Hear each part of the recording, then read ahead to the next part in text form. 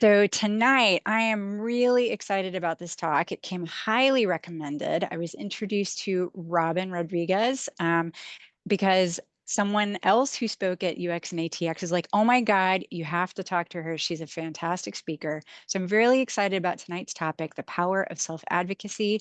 So please welcome Robyn Rodriguez and Hanna Lupico. Or did I say that right, Hanna? Lupico? Lupico. Yep. Lupico, sorry. All right. I'll mute and let you guys take it away. Awesome. Great. So, yeah, I'm so happy to be here together with you all today, and we'll really just kick it off. Like Cindy mentioned, we'll be covering the power of self-advocacy today. And to just start, we'll give a brief introduction of ourselves. Hey, everybody. So I'm Robyn Rodriguez. I am the founder and chief people officer of an HR consulting firm called Her HR Help Desk, which focuses on supporting women leaders, female founders, and career women on moving up in their career. And basically, I have been mentoring and coaching and working in HR for over 20 years. I brought Hanna in today because I know UI UX, and that's about all I know. So Hanna has worked in tech before, and so I called in some reinforcements. If there's any questions that come up that I can't answer, Hanna and I will tag team together to answer them. We are using the group chat, so feel free to jump into the group chat, put a note there. I'm watching it as we talk. If anything comes to mind, just go in here. I really like to be interactive, get your feedback, get your thoughts, and get your input. I've been doing a lot of chats. I just went to New York and did this conversation with a green energy tech company, which was really exciting, and have got a lot of good feedback. So you're getting the third version of this, but your feedback is always welcome because sometimes people think about something we didn't think about. So if something comes up, throw it in the chat, any questions, anything, and we'll help address it. Awesome. Amazing. And like Robyn mentioned, I'm Hanna Lupico. I'm the founder and creator of Momentum Careers. I coach mid-career women in tech in their career advancement and to help them land their next dream role. So again, I'm so excited to be here with you. When Robyn asked me if I would come on for this call, I was like, of course I will. Not only do I need another excuse to spend more time with Robyn, of course not. I love spending time with Robyn, and I'm sure you just from hearing her introduce herself, and she's just so amazing to be around. So I'm happy to be here. But then I'm also really excited about this topic because, like Robyn mentioned, I have prior to my experience in career coaching, I spent over a decade in tech, and there's times during that journey where I was advocating for myself really clearly. I knew what I wanted, I knew the path that I wanted to take, and then unfortunately there's other times where I felt like a little bit lost and I wasn't being the best I could be about advocating for myself. So I really think self-advocacy is just so important in today's workplace. The ability to advocate for yourself isn't just a skill, it's really a necessity. Things are just changing so rapidly. Industries get disrupted overnight, like we know. So I'm looking forward to sharing some strategies that I've used to navigate my career transitions and help clients with as well. But no matter where you are, if you're looking for a career advancement or looking for a new job, I promise you'll get something out of the talk today. All right, so Robyn's gonna kick us off with some more information about what it means to advocate for yourself. Yeah, and again, I noticed there's some guys on the line. Don't worry, we support men too. Yes, We yeah. focus on women, but and it's been really interesting for me because as I give this talk in corporate environments, of course, it's a mixed bag. And the men have actually had some really good questions. So I just want you to know we're here to support you as well. And feel free to jump in and answer questions. This is not specific to women only. What I would like to ask for you guys, what does advocating for yourself mean to you? So if you want to use the chat, do any of these resonate with you, stand out, not letting others speak for me, and asking for help when I know I need it, even when I'd rather not. These are all the top answers I've got as I've done this talk, right? knowing when to say yes to things and knowing when to say no to things. I think that's a really big one when we think about advocating for ourselves. On TikTok, we love this setting boundaries is always saying no. But if we're talking about how we move up in our career, we also need to know when to say yes, and sometimes there's a lot of fear and anxiety around that yes, around a lot of discomfort. But that's also important, not just saying no, but knowing when to say yes. Asking for a raise, negotiating your salary, that's a huge pivotal moment for you to advocate for yourself, especially if you're entry level in your career or mid-level and you're taking a new role. That is going to be probably the biggest opportunity for you to increase your salary to get you to the next level. So you want to be very intentional when doing that. Being authentic to yourself. This is not something this is new news, right? Like Hanna said, she's been in tech for a decade. I've been doing HR for 20 years.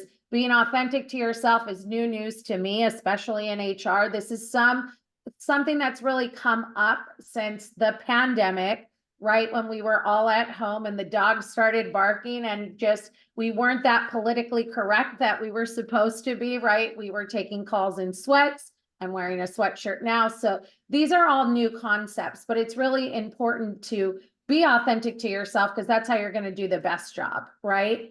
Aligning my environment with my values, that's a big one. And then putting myself first. So I think these are some great examples of what does advocating for yourself mean to you. And it's something different for everybody. I often talk a lot about whether if you're an extrovert, it's easier for you to do some of these things than it is for an introvert. If you're an introvert, how do you find and use your own voice in a way that you communicate and get your point across? And we'll get to that in a second. But, I think that's advocating for yourself. So, on the call, is there anybody, can you guys let us know in the chat, is anybody a manager of people? Okay. So as you go on into your career and you start to manage people, this slide will change. And this slide would change for you because I'd ask you, what does advocating for yourself mean to you? But more importantly, what does advocating for your team mean to you? Because if you're advocating for your team and they're working with you and working for you, you honestly don't even have to advocate for yourself, right? Because you're using the highlights from your team, all the work and accomplishments you guys have made. And then in essence, you're advocating for yourself and showing that you're not only a manager, you're also a great leader. So that's feedback too, as you think about moving up in your career or taking a role where you manage people. And then also going back to the boundaries, it's like, if you don't want to manage people, how do you communicate that effectively so that you aren't promoted into a role managing people when you're not comfortable with that and kind of set yourself up for failure or put yourself too much outside of your comfort zone doing something you don't want to do? So that's been a lot of the feedback I've got too. Like, how do I communicate if I don't want to manage people and want to stay an individual contributor? Can you next slide me? Awesome. So Hanna's going to take this slide because she's really just simplified everything I said into this 3-step process. So go ahead, Hanna. Yeah. So like Robyn said, there's so much that goes into advocating for ourselves, knowing when to say yes and no. And like when we really think about how we can apply this to our careers, it really comes down to these 3 things, what I call designing your path, building your community, and showing your work. And really when I say design your own path, like Robyn was saying, like knowing when to say yes or no, like that manager example is such a great example. Like sometimes it does make sense to go for the promotion, other times it doesn't. It really matters what's going on in your life, what's going on at work and outside of work, and finding what makes sense for you. And like I mentioned earlier, right, we have more choices and more options available to us and like the way that we want to grow, which is, it's such an exciting time, but it's also, it can feel overwhelming. So that's why it's really important to start with having a clear vision, clear goals on like what you want to work towards,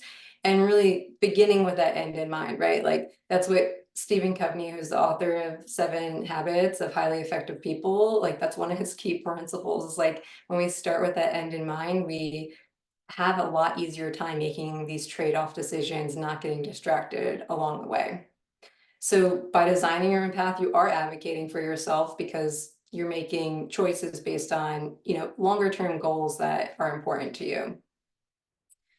And when we think about building our community, I think this is like so important right now. I think when I think back to what my professional network looked like prior to COVID, and I think about it now, like it's so different, right? Like we're working remotely, we're working in hybrid situations. We don't have the honestly the luxury of running into people like serendipitously in the hallway or like at a work happy hour. We need to be like really intentional about building our communities, and this is a way to advocate for ourselves, right? We advocate for ourselves by like saying like, hey, I'm here, like like ready to contribute, and like this is what I have to offer.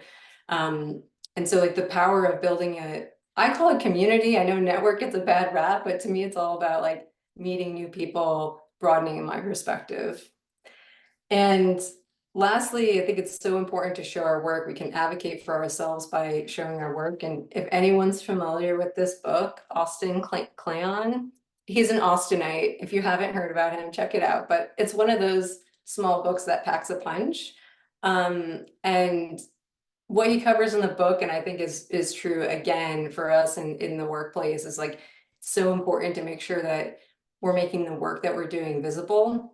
It's often the thing that we forget to do because we're so ingrained in like getting the thing done, hitting the project deadlines, and really taking that time to stop and share what we're doing either on LinkedIn or through different like channels, whatever like platform you're using, is just such an important way to showcase your achievements. And so I'm curious, let's do a quick poll. How do you feel about advocating for yourselves in these 3 areas? Which one do you feel like you need help with the most? Just drop it in the chat. Which one between designing your path, building your community, and showing your work to you feel good about, and one that you're like, oh man, I'd really like to improve in this area? Showing work, yeah. It's really common, like, yeah, that one's really common. Very cool. All right, well, all of those assertive strategies are like great but we really need to be able to communicate it. So we're going to spend a little bit of time just going through communication styles as well. Yeah, I also, Hannah, while you're here, if you see me looking over here, I'm typing things. So I asked a good question here on the internet. And so again, about building your network with all these tech layoffs that we've seen happen in the landscape, if you have a strong network, many people are getting jobs right now because they're being referred by somebody that's directly internal in the company they're applying to. So you have 4.5 times the chance of getting that role if you have a referral in the company. So right now, building that network, that number 2 is very important. And then of course, when you get in front of somebody, it's how you're going to, like, getting your resume visible, right? I got, somebody sent me a note and it said, we had over 1,000 applicants for this job. And so that's just where the market's at right now. It's a little crazy. It's a little hectic if you are looking. But again, having that referral partner gets you in the door, you get to the recruiter, and then you're there for the interview. And so what's really important to advocate for yourself is to know how you communicate and how to get to effective communication, right? And so a little bit here that I talk about this with everybody from janitors to CEOs, the dogs, anybody who will listen. I'm always talking about communication styles. And my dogs each have their own communication style. So if we look here, there's passive aggressive, a lot of this sometimes is the way we've learned to communicate, whether it's how you were raised as a child. Sometimes it's always apologizing. I'm sorry, but, or talking around an issue instead of talking at an issue. Like, well, I think what we can do is, and what we should do, or what we might do, and you're not really showing, that doesn't really show a lot of ownership. In my younger days, I am a self-proclaimed aggressive communicator. And that's how I got a lot of stuff done back in the day. And that was just the world of work. But in today's world of work, I don't think I'd last very long at a company if I was still that aggressive communicator. It's something that I really had to learn to tone down, pull back, especially because I am an extrovert, and it just, I talk with my hands, I'm Cuban, it's just the whole thing, right? So it's already loud, it's already boisterous. So that aggressive, I just have to be really careful about. So I like putting these examples here, and it does take a little bit of being honest with yourself and saying like, okay, sometimes I'm passive, sometimes I'm passive aggressive, sometimes I'm like Robyn and I'm aggressive, right? But the best way we want to get to communication is in this green box here, which is assertive communication, where we're appropriately honest and appropriately direct. We enhance our sentences, we're expressive, we're self-confident, and we're empathetic to the emotions of all involved, okay? And there's a big disconnect right now in the world of work of what employees want versus what employers want to give. And we're seeing that struggle every day. You're seeing that with these return to office initiatives because, you know, the old mentality wants people in the office. And then we're seeing the younger generations like, no, we want to work remote. We want to log out. We want to go to yoga. And, you know, I also too don't want to put on hair and makeup every day and then drive in the car for an hour to get somewhere. And when I was in LA, that was 2 hours. Right? So it's really understanding and being able to express that we both have wants and needs that can be honored. And really the outcome for that is creating a win-win situation. So if you are looking for a job, or if you are in a job right now, the best way you can communicate to advocate for yourself is to create this win-win situation between you and your manager, between you and your team leads, between you and your team. It's just going to get you places faster so that you can log off and get to that yoga sesh, right? So I love this assertive communication because it's like just really the premise of teamwork. We both have wants and needs. We both have things we need to get done. Let's do it. Let's get it out of the way. And then let's go on with our lives. And that's really the area where you can advocate for yourself, create a great work-life balance, create great working relationships. And honestly, great working relationships build great friendships, and they also build a strong network for you. Because if you want to go somewhere, you get laid off and your boss is like, oh my God, I feel terrible, I have to lay you off. But if you need a referral, I'm happy to give you one, right? If you need a reference, I'm happy to give you one. So that's really where, that's really what's important. Yes, and you're right, JC, building your community in a remote environment, I think is so important, especially if you don't talk a lot and you're not an extrovert. If you're an introvert, use that to your benefit here. Like if you like being on the computer and you like talking on the computer, that was a big adjustment for me because I like making connections in person. But I've really like dropped into people's DMs on LinkedIn. I'm on LinkedIn all the time. I answer people's LinkedIn all the time. And I have really built some strong community through LinkedIn and remote environments. So it is possible. Actually, I think one good example is I met a woman from Denmark 4 years ago that works in HR. And she is coming to visit me and hang out. So that is an online connection that will become an in-person connection later this year, which I'm really excited about. So I think it is important in this remote world, and also taking into consideration how you come off on the screen, right? Again, when I'm talking with my hands and we're sitting around a table, does it, I have to be careful that it doesn't come off as that assertive. But when I'm on a call, if I want to engage you guys and I'm a loud talker, it works better on the screen. So, you know, just working on fine tuning your communication style so that you can advocate for yourself and actually get some wins doing that. Next slide, Hannah. Great. Yeah. So let's dive deeper into each of these strategies. And again, we'll just build off with some practical steps for that you can use to design your own path while assertively, advocating for yourself. So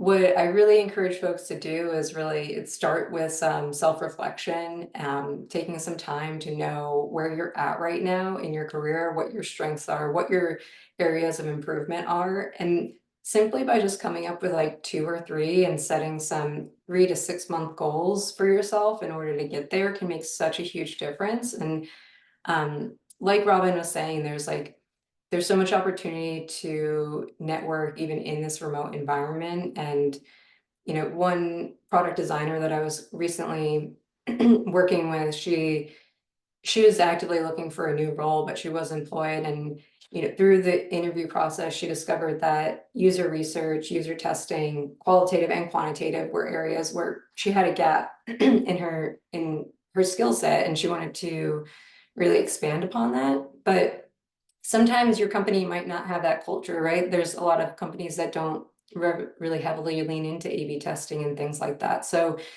we really took some time to brainstorm, like, how can she become that champion at work while also building community online in ways like attending webinars in order to get just educated on those areas where she did feel like she had a gap, so that when she did show up in interviews, she had a really good basis to present her knowledge, what she did teach herself in spite of not having that opportunity in her previous workplace, right? So that's like a great example of like how you can take the reins and like build your own path. Like, yes, it aligns with the company goals, but like also take permission to learn the things that you want to learn. And like, it's a great excuse to reach out to someone. I am introverted, so like you might be surprised to see me networking like so much, but I just love meeting new people because it's like the fastest way to learn, right? Like maybe selfishly, I'm just like, the more people I meet, like I just learn so much from them, learn from their, like how they see things. And when I flipped that switch, and made like networking and community building about like learning about people and bringing them together, like I love connecting people. It's been an amazing journey. Yeah, and I'll hop in there and say that on, being in the HR community and the network, it is great to network and make those connections with people before you need to ask them for something, right? If we even talk about like marketing or customer journey or employee journey, right? If somebody's just dropping in your DMs and asking you for favors, what's the likelihood that the person on the other line is going to respond to that, right? So it's always nice to see, hey, I'm going in, I'd say things like on LinkedIn, like, hey, love your content, looking forward to following you, or I just followed you, or hey, I want to connect so I can follow your content and learn things. And then I'll go back and ask them for a favor if I need it, or ask them their opinion on something. So that's a great example of just building the network now so that when you need it, it's easy to tap into and people will be responsive and help you. 100%. I guess I took us into the next slide. It all, well, I mean, that's the thing though. It's like those 3 strategies, when you really, we present them separately so we can speak to them, but really we're doing all 3 at the same time, right? We're both like designing our path like through the communities that we want to build for ourselves, and by like sharing what we're working with people. So like the more you can bring all those 3 aspects of what you want to achieve together, I think it's like that's like the power pack moment where you're like really making a lot of progress and really in the zone of things. So Yeah, Casey said, dig your well before you're thirsty, which is true. yeah. Or salty or salty. Because so many times I see like people in these, they're frustrated at work. they're just not in a good headspace, and then they're trying to network and it's just the complaint train. And I'm like at this, I'm like, oh my God, do you know I'm HR? Gosh, why are you complaining to me? So it's also like when you're in a good headspace, do networking, I don't know if it's plan time or just, you don't have to do this all the time. That's the great thing about this online networking. Like on LinkedIn, I schedule a post. I don't post twice a week. I'm not always online. When I come in, then I have messages and I respond to them. But I have a lot of followers and I don't post every day. So it's also not, we're not saying go out and do this in a massive way. We're saying go out and start doing it so that when you're at a position and you want to ask for help, you're not doing it in a massive way, because that's not authentic, right? I don't think to anybody. I love to network and I still need my recharge time. Still need to watch Love is Blind. I still need to do other things that are not work related. One thing I like on this slide too, that I think is really important, is learning how to educate and inform people. I keep going back to LinkedIn because we keep talking about networking remotely, but this is really important. If you can post something on your LinkedIn and it's just a statistic, or it's a little bit of, like we're saying, that showing your work, getting people to see those posts and like them and engage with them. I mean, that's a great way to combine the three of these. And I like to do that. I like to give advice. I give that free advice. I like to answer questions. If one of you guys sent me a message and it was like, oh my God, that was such a good question, or something we didn't cover, I'm just like, I got this great question today and here's how I'd respond to that. So giving some value is always great. A little nugget of something you've learned. 100%. Yeah, I feel like it's all about providing value, like being really interested in the other, genuinely interested in the other person. And even though we are in a remote, or like a lot of people are in hybrid roles, like I still am a huge fan of meeting up with people in person. If you are in a city, if you're in a place where there are a lot of meetups, people networking in person, I'm still a huge fan of like working with folks in real life. And even in my own experience, that's how I initially broke into tech. I actually went to school for civil engineering. And when I decided that I wanted to move into software development, I really built just like an amazing community here in Austin of people that were supportive of me in making that shift. And I honestly can say that I wouldn't be like where I am today without having met some of the people that really helped me get my first job, helped mentor me like when I was in that transition. And I wouldn't have done it nearly as fast without their help either. And it was really just through those relationships of like that I was building that, thankfully I still have today. And there's still people that I go to them for like advice and consult with them. They're just amazing, like lifelong partners now. But just building that community is so crucial. I think too, there's something to say if you're not into large groups, you can also approach people and do like one-on-one coffees. Hanna and I met in a large group setting, but we needed to take some things offline, or she wanted to talk to me outside of that group setting, and we went and grabbed coffee, right? And that's why we're here today, honestly, together. I'm a huge coffee person. Yeah, I mean, coffee, a drink, again, whatever floats your boat, some doing a walk around town lake, or just doing some activity and one-on-one. If you're not comfortable in a group, and that's really goes back to, again, that communication style. If you get nervous in a big group, it's going to be hard for you to network in a big group, and that's okay. Find people that you can connect with and just say, hey, can I buy you a coffee and borrow, 30 minutes of your time? And ask that question, and honestly, most people will say yes if you approach them with that.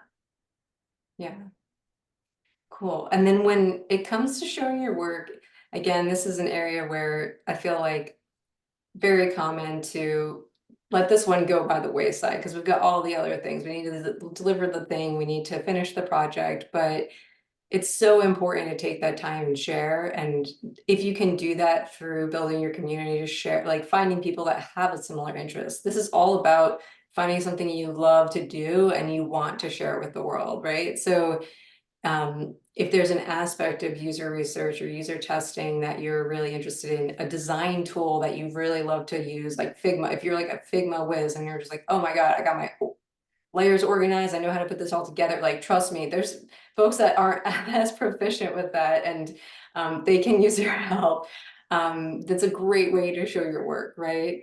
And I know a lot of us are in companies where you might have a performance review cycle, but maybe your company doesn't have like clear career paths laid out for you.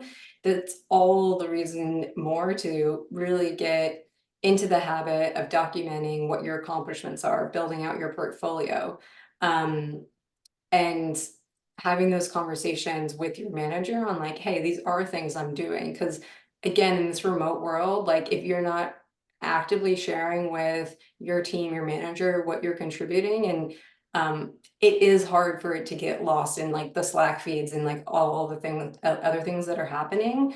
And it's important to find a way, if you're in a spot where you don't have regular career conversations with your manager, it's important to find a way to start having those conversations that's like comfortable and approachable with your manager.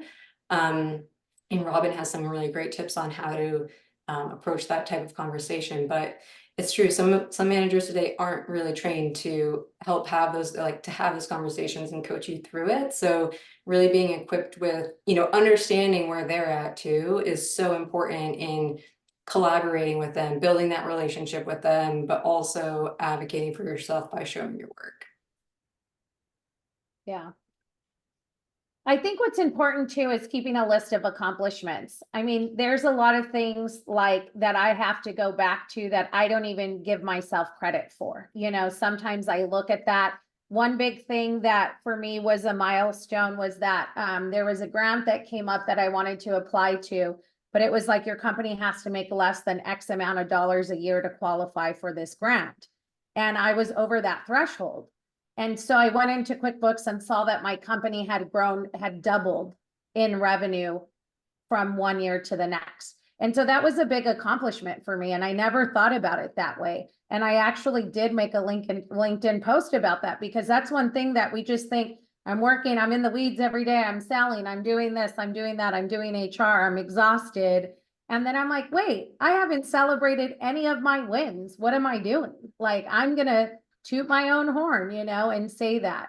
And that's, my platform to say those things, but really your platform to say those things, which in essence drive the cash in your pocket, is really keeping a list of those accomplishments, but not only keeping a list, being able to quantify those in that performance review period, in those meetings with your manager, in the one-on-ones. If your one-on-one is focused on the work you did and you're having the same conversation with your manager as you are on your team calls in those one-on-ones, you're not advocating for yourself, right? Because that's a great point to, again, like Hanna said, show your value. Talk to your managers and your leaders about what you did this week and what else, what's on deck next. Is there anything coming up that I can help with? Also love that, Hanna, you make a good point talking about Figma, things that you guys do in Figma and having portfolios. That's a huge request from employers today. Even I've recruited for some roles for writers and technical writers, and they want writing samples. They want to see portfolios. And I can't tell you how many of those candidates were fumbling and then taken out of the pool because they didn't have a portfolio ready to go. So that's also a great place to show your designs off, to show things, projects you've worked on, and to build really a portfolio. And feedback, asking for feedback. I think that's a great one. Learning and asking for feedback in that way. Also in those one-on-one meetings, I don't know about you, but I don't like being called out in a team meeting for something I'm not doing right. So I'd rather ask for that in that one-on-one. Is there anything I need to work on? Is there anything, you see that I can do to improve? Is there something else I can learn?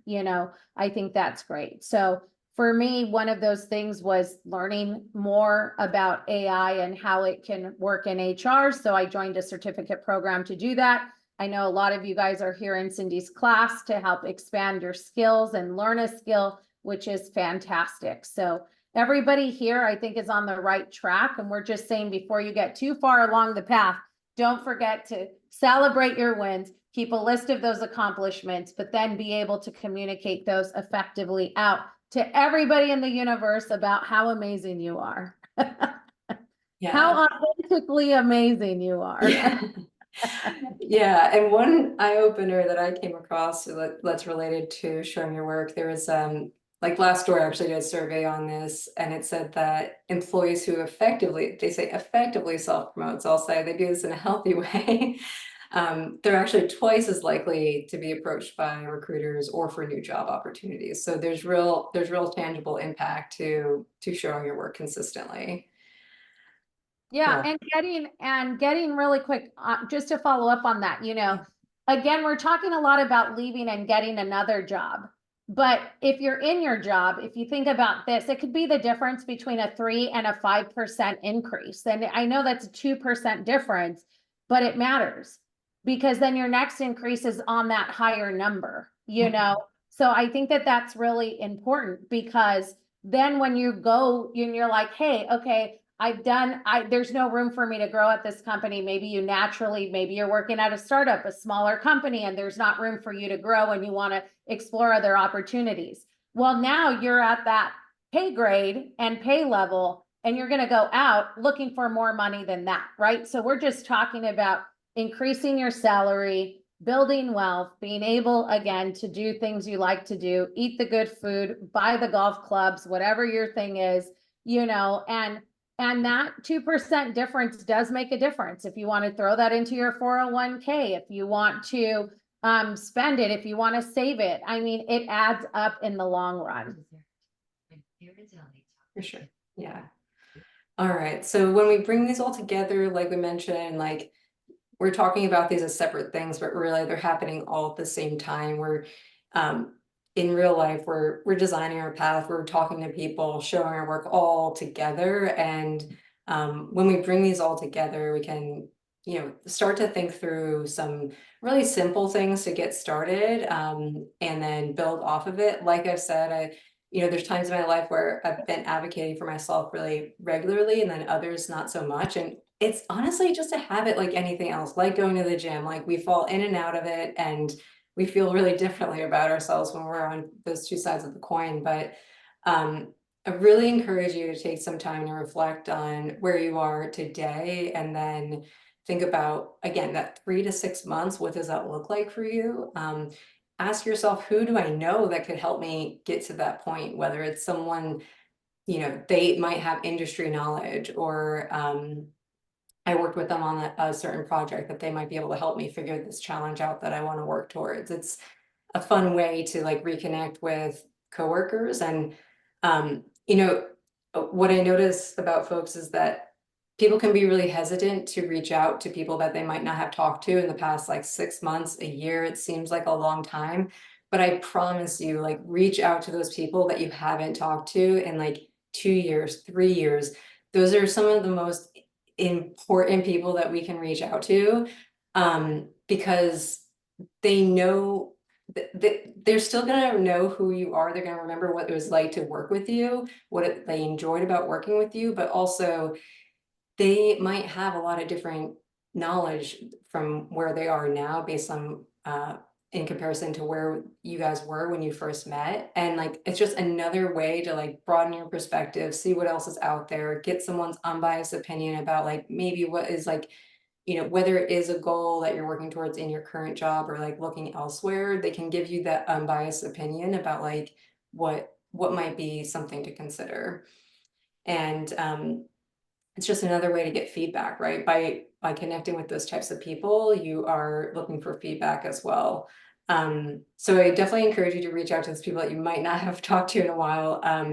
There's a lot of really interesting research around dormant ties. They call them dormant ties, but it's like those people we haven't reached out to in a while, and they tend to be the ones that like connect us with a lot of different opportunities. So definitely don't hesitate. Just trust me on this one. Whatever your relationship was like when you first worked together, they still remember you. It's almost like you're frozen in time. It's this weird thing that happens. It's crazy. Yeah. Yeah, I love that. I think I know it's 7:14, so do we have 1 minute, Cindy? Is that where we're Oh, at? yeah. This is a great time to ask for questions. Yeah. We're booked till 7:30, so Oh, yeah. okay, great. Yeah, I mean, so if we have more time, thanks for, I always run over, so now I'm like, don't going the other way. One thing too that I want to point out, when we were making this deck, I used a specific word here multiple times, and we're saying bright ideas as you design your career. And I think it's so important for you to understand that you are the designer of your career and your path, honestly. And these people that Hannah's talking about, these dormant, these seeking out a mentor, grabbing coffee with somebody, they're just a tool in your toolbox to get one step closer to your goal. And so if you look here, when we talk about on box number 1 and designing your own path, understanding where you're at now and where you need to go. In my world, when I did HR tech and I did transformation, this is like current state versus future state. And I want you to understand that we're talking about short-term goals, but also understanding your long-term vision. Is the long-term vision you want to own a house? Is the long-term vision you want to, bye JC, is the long-term vision that you want to, be able to work remotely from anywhere in the world and be a digital nomad? And how do you get there? How do you do those things? And a lot of times you can find those people in your network that have done that, studied abroad, worked abroad, and be that mentor, get that feedback. So I just want to be sure that you guys understand that designing your own path is also a combination of how you can use your career to design the life that you want to live. And that looks different for everybody. But again, I think that this is all new concepts, and this is all, great opportunities that exist in today's work landscape that didn't exist before when we all had to go into the office. So the world is your oyster, and make it happen.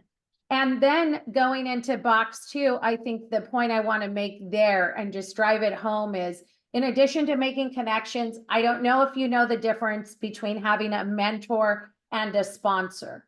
And a mentor is somebody, like I said, giving an example here, where Hanna sought me out in a group meeting and asked me to coffee and asked me these questions. And I view that as being a mentor to Hanna. She can text me whenever she wants, if she needs anything or whatever, and I view that as my role. But a sponsor is somebody that's advocating for you within your company. And that is a person who will really put their butt on the line for you in your company to help you move up. So if one of your goals is career growth and growing within your company, I would highly suggest you look at a leader in your company that is somebody that can sponsor you to get to that level and accomplish the goals that you want to accomplish within that company.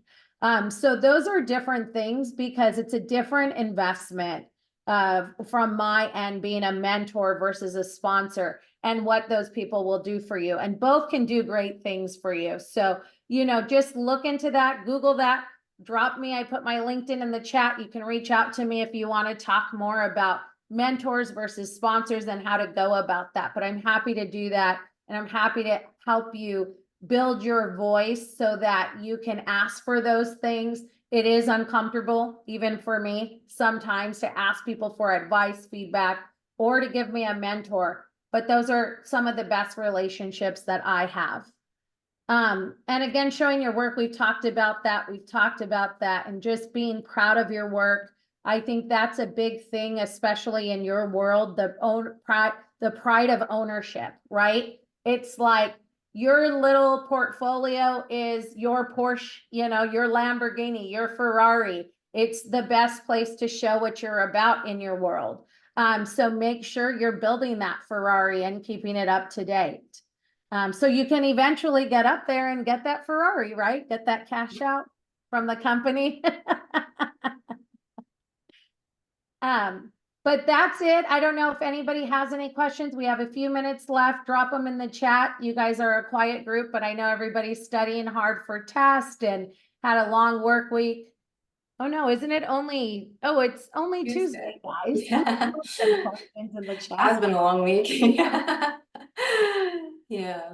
But either way, I hope you found value in the chat today. We have our next slide, which is just our QR codes where you can find myself, where you can find Hanna.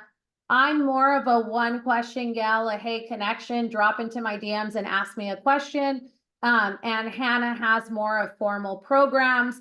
So if you're feeling stuck in your career, like her website here, Stuck to Start, so good. And even when you're further along in your career, you'll be stuck to start at some point. But if you want some more formal coaching, Hanna's your girl. So thanks so much, Cindy, and everyone for having us today. I hope you've got some little nuggets of information, and you guys will begin to effectively communicate assertively and advocate for yourselves because you deserve it.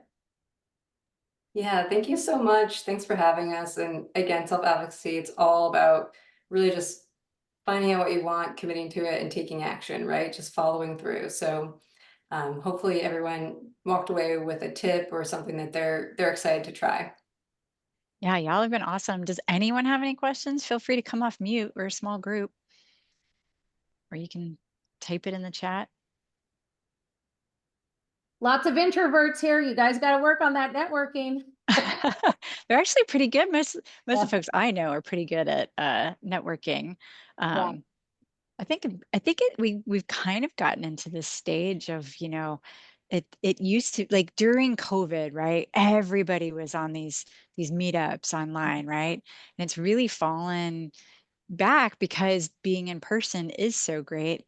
And so do you have any like tips for how to reach out to people that maybe you've been in this situation, right? And you've saw another person who is maybe not speaking, but was there. Like, how do you reach out to those individuals, not just to the person who invited you to connect with them?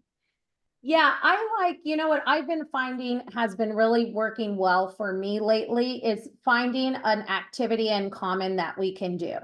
Like for instance, Hanna is like, Robyn, let's go do yoga. So we're going to go do yoga. And I think like that builds a stronger bond between you and that person. Maybe they like pickleball and you guys could go play pickleball or talk about something like that and grabbing coffee. I think I'm seeing a lot of people step away from the, oh, let's go to a bar and grab a drink or let's do happy hour. Not, people are not drinking as much. People are super active in Austin. So I'm always getting a lot of, hey, can we walk and talk around the lake? Can we grab a coffee, you know, get a taco, pickleball? Can we do these things? So I think finding an activity in common, again, something you're comfortable with, or saying something like, hey, do you have 5 minutes to give me feedback on this project I'm working on? That's a great way, especially if you don't want to meet in person and you need that contact. So, but in person, I'm loving this idea of shared activities. It's really good advice. Yeah, and like Robyn mentioned, it's all about just being authentic about why, you know, just share why you really want to connect with that person. There can be, like, all of us have such broad interests, like lots of different things that pique our interest. And there might be a reason that you want to, if someone worked on a project that you're interested in, you're like, dang, that was just a really cool project and I want to learn more about that. Just share that that's something that is interesting to you and like share why you want to learn about it. If And you're share, I think moreover, share why you're interested in them. Yeah, yeah, it's true, Like, interest in them. And then it's all about like creating, I'm really big on creating, if it's online connection, creating an effective ask is very crucial. So it's give them enough context about who you are in a way that resonates with why you're connecting, right? So like, hey, I'm a designer working on design systems. I saw your work. You like have acclaimed work for design systems at Mixpanel. I'd love to I'd love to talk to, don't use pick your brain actually. I'd Yeah, love to no. talk to you more about like the strategies that you use to help develop it and like how your thought process for thinking through it. So it really quickly shows like introduces yourself in a way that's in the context of what that introduction is and genuinely expresses why you're interested, but it gives that person enough information to know like, okay, like what can I expect from a conversation with this person? And it's all about ending with that CTA, really, pretty much what I call CTA, just like make it actionable for them. Let them know what time frame and like how you want to connect. Like Robyn said, whether that's like getting coffee or like yoga, um, in a given time frame is just like a really great way to get a response from someone.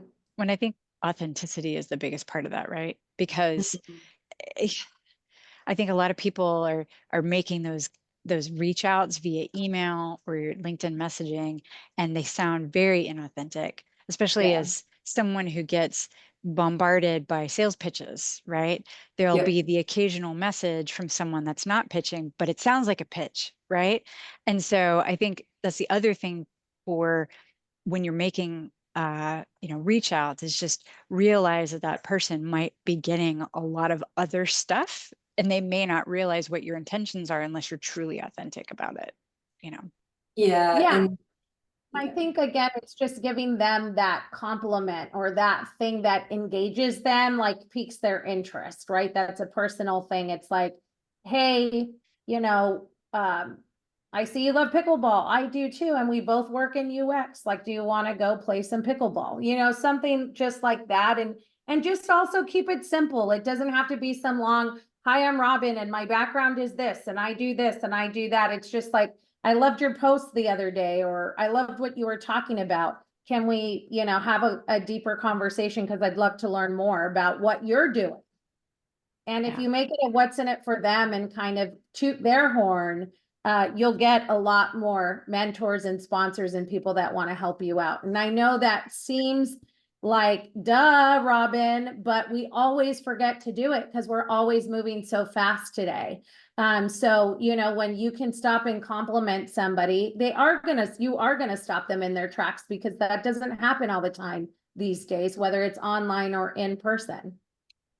Yeah, and that's a good point. I've even reached out to, sometimes I reach out to speakers or like people that I've met just to give them a compliment. It's not to ask them to spend time together. Months later, I follow up later when I have something I want to talk to them about. But I start the conversation just by saying like, hey, I saw your talk and like what you mentioned really resonated with me. Just like, great job, you know? And like that also is a way to start building a relationship and I'm not expecting anything back.